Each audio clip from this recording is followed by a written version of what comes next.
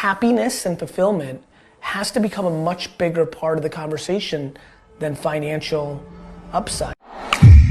Why would any human being want somebody to burn out and not be happy?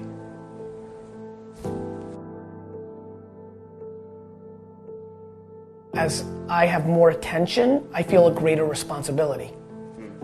And so I've become very passionate about creating more context.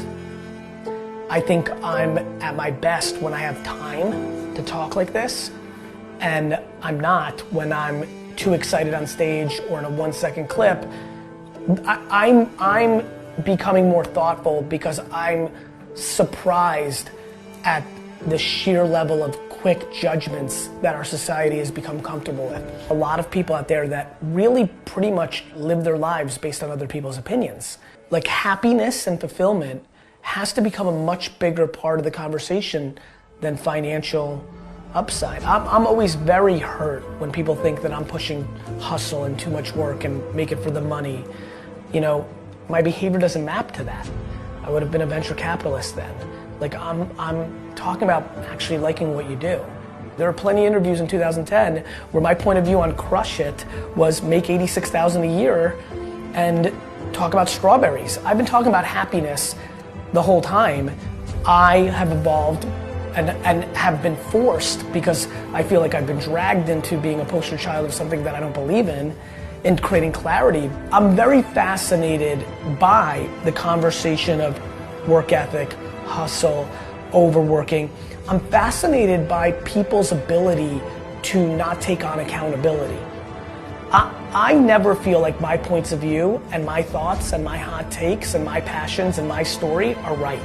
I've never believed that in my life. I don't think they're right. I think I enjoy sharing them because I enjoy sharing them. I'm a communicator, but everybody shares them. I watch these conversations, I'm fascinated by them. I respect other people's points of view. I just want to make sure that they don't think they're right either. A lot of people that push against hard work, hustle, are people who've already hustled and didn't find fulfillment from it, but maybe somebody else did. Don't overjudge yourself in every chapter. If you're like working 15 hours a day for a year because you're starting your videography business, that's probably okay. It does take work to start something. If you've achieved some level of success 3 years in, and you don't want to take it to a $10 million business from a $3 million business because you've fallen in love and you've started a family and you want to go to you want to play wiffle ball outside with your child, that's amazing. There is no right. There's only right for you. I think one of the biggest things we need to get more thoughtful about, conversating with yourself and trying to develop self-awareness and not look for outside validation. When people email me and say, Gary Vee, I've been hustling 15 hours a day, I'm like, you getting enough rest? You good? Are you pumped? Like, with intention, my intention is to be happy. And so I'm not going to apologize for enjoying my work.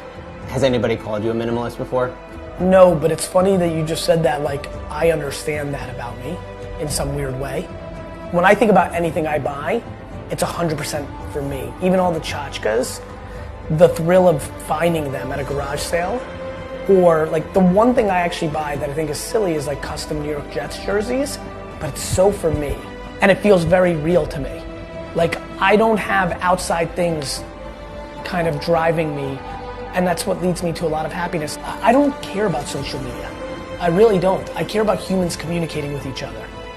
I'm fascinated by communication, and I'm fascinated that we now have a collective ability to communicate at a scale that we've never seen before. And I think right now people are focusing on the downside of that. People need to try to be self-aware about what makes them happy and doesn't make them happy. Right now, I view social media as a mirror. I think what people are putting out is an incredible indicator of what's inside of them. So right now there's a lot of political anxiety. There's a lot of ideological anxiety. And so what we're seeing is a lot of judgment. We're forgetting the upside of it. There's so much love and greatness going on every day. I think humans find what they're looking for. You're signing into Twitter to find a fight, you're gonna find it. I think if you go to Twitter or Instagram to find happiness and positivity, it's there at scale.